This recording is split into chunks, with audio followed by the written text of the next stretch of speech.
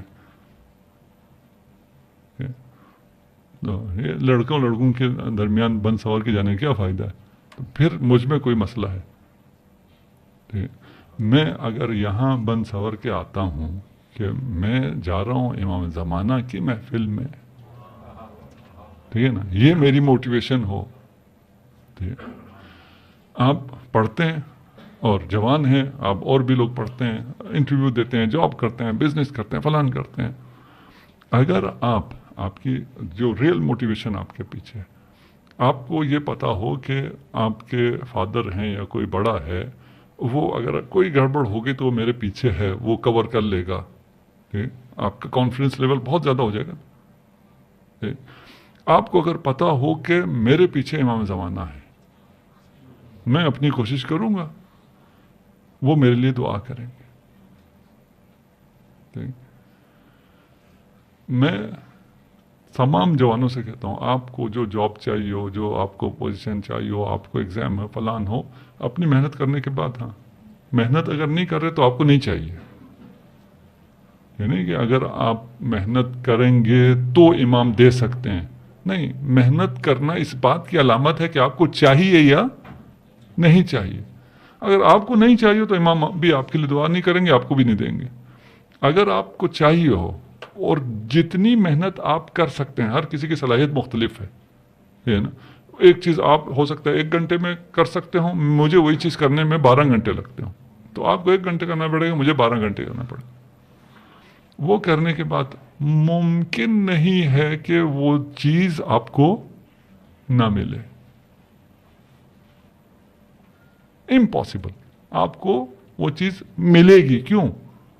اس لیے کہ آپ کے پیچھے امام زمانہ کی دعا ہے. صرف ایک صورت ہو سکتی ہے نہ ملنے کی، آپ جس چیز سے مانگ رہے ہو امام آپ کو اس سے بہتر دینا چاہتے ہیں. آپ کو لگتا ہے مجھے نہیں ملا، وہ کیوں نہیں دیا ہوتا؟ آپ بہت چھوٹا سوچ رہے ہوتے ہیں، اس کے لیے آپ نے محنت کی، توسل کیا، امام کہتے ہیں نہیں یار یہ تمہارے لیے نہیں ہے، میں نے تمہارے لیے اس سے بہت اوپر کی چیز رکھی ہوئی. اسی لیے مومن کہتے ہیں اگر آپ کی پسندیدہ کار، ابھی اس کی مارکیٹنگ ہو جائے گی اس لیے ابھی نہ بتائیں، وہ جس دن آپ کو آپ کی ڈریم کار ملی ہو، اس دن آپ جتنا خوش ہوں اتنا ہی آپ اس ڈریم کار کے چوری ہونے پہ بھی خوش ہوں تو آپ مومن ہیں. پہلا بہت آسان ہے، دوسرا بہت مشکل ہے. وہ کیوں چوری ہوا ہے؟ اگر آپ مومن ہیں وہ کیوں چوری ہوا ہے؟ اس لیے کہ اللہ نے آپ کو اس سے بہتر دینا ہے.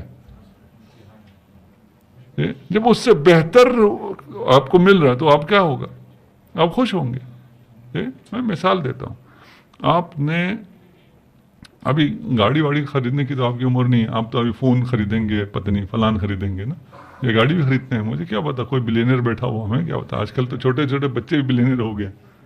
ٹھیک، آپ نے 1 سال کمایا اور اتنے پیسے آپ نے جمع کیے اور آپ نے جا کے گاڑی خرید لی. کوئی آ کے آپ کو افسوس کرتا ہے آپ کے 1 سال کی کمائی چلی گئی؟ کرتا ہے کوئی افسوس؟ آپ نے 1 سال پیسے جوڑے اور کار خریدی ہے یا آپ نے ایک بنگلہ خریدا ہے، کوئی آ کے افسوس کرے تمہارا $1 ملین چلا گیا. چلا کیا گیا؟ میں نے $1.5 ملین کی چیز $1 ملین میں لی ہے، خوشی کا مقام ہے. کیوں؟ آپ جو چیز آ رہی ہے اسے دیکھ رہے ہیں، وہ جو بیوقوف ہے جو چیز جا رہی ہے اسے دیکھ رہے ہیں. تو اگر آپ کی گاڑی چوری ہو، جو کہ خدا کرے نہ ہو، تو اس دن بھی آپ کو اتنا ہی خوش ہونا چاہیے. میں مثال دیتا ہوں، ہم جب بچے تھے اور شاید آپ کے برابر اتنے خوش تھے، تو ہم نے اپنی کمائی جوڑ کے سائیکل خریدی. سائیکل لے کے ہم اسکول گئے، وہ سائیکل ہوئی چوری.